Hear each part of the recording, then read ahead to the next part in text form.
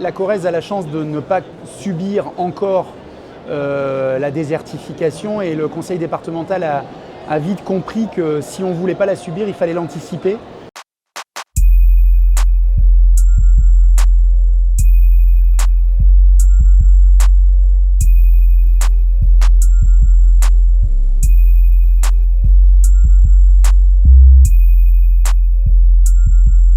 Le plan Corrèze en fait met en place tous les actes qui ont été discutés avec le président du département suite aux réunions qui ont été déjà organisées il y a 2 ou 3 ans à l'initiative de l'Ordre de Nouvelle-Aquitaine. Le conseil départemental a été très réceptif aux besoins exprimés par les vétérinaires. Ça comporte la réception de stagiaires et des moyens mis en face pour les aider à se loger et à payer les déplacements jusque dans le département. C'est aussi des moyens pour les vétérinaires pour alléger la charge que représente la gestion de la réception des urgences et donc des gardes le soir et la nuit.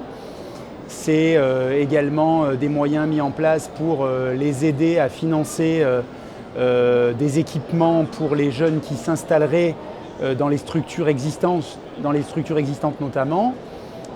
C'est également des moyens qui sont mis en place pour aider des structures à se développer avec l'arrivée d'un nouvel associé ou d'un nouveau vétérinaire dans le territoire, pour les aider à financer soit des moyens matériels, soit un agrandissement de cliniques. Et donc le conseil départemental a profité de la mise en place de la loi Dadu pour donner des moyens en face de chacune des attentes des vétérinaires.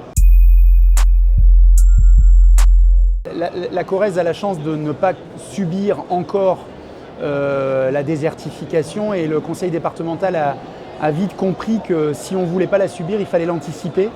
Et donc l'idée c'est de faire venir les jeunes vétérinaires, ou les moins jeunes, mais faire venir des vétérinaires qui prendront la relève de ceux qui prendront leur retraite dans les 10 ans à venir avant qu'il y ait des trous dans la raquette.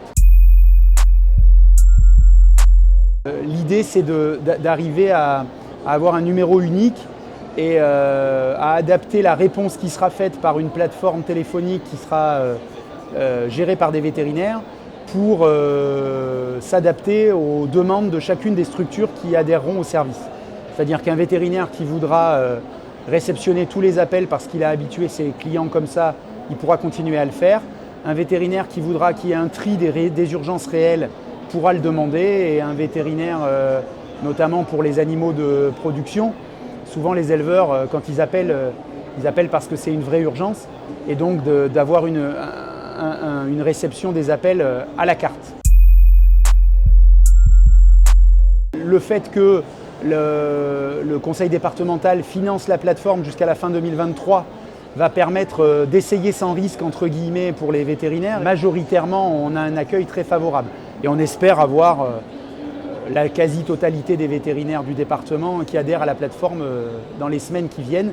D'ailleurs, avec le représentant du conseil régional de l'ordre, on va faire le tour des structures dans les semaines qui viennent pour